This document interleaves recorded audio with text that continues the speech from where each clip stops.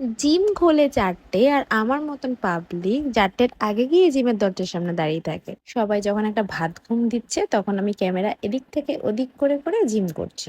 যাকগে বাবা, এসে যখন গেছি প্রথমেই আগে ওয়ার্ম আপ করে একটু কার্ডিও করে নিতে হবে।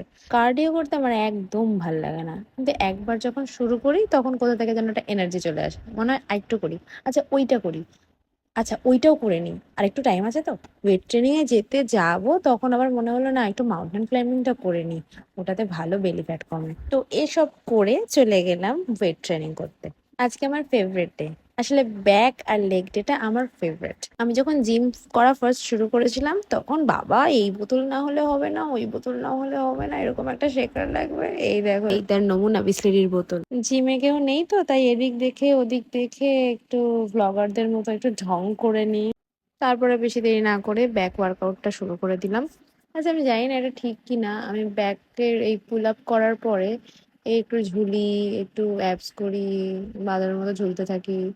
হ্যাঁ, রেস্ট না নিয়ে, একটু রেস্ট নিই না, ওই ফাঁকা টাইমটা এগুলো করি। এগুলো ঠিক না কি আমি ঠিক জানি না, বাট আমি করি। আমার ওই সময় দাঁড়িয়ে থাকতে ভালো লাগে না, মনে হয় ঝুলি।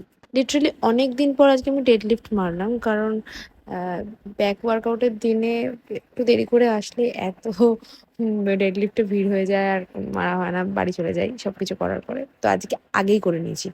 আজকে আমি আর কারো পেছনে লাইনে দাঁড়াবো না। তারপর সমস্ত ব্যাক ওয়ার্কআউট আর যা যা আছে সেগুলো সব শেষ করলাম। সেগুলো শুট করিনি, কারণ অনেকেই এসে গেছিল আর আমি একা একা শুট করব, আমার একটু শোরুম করে।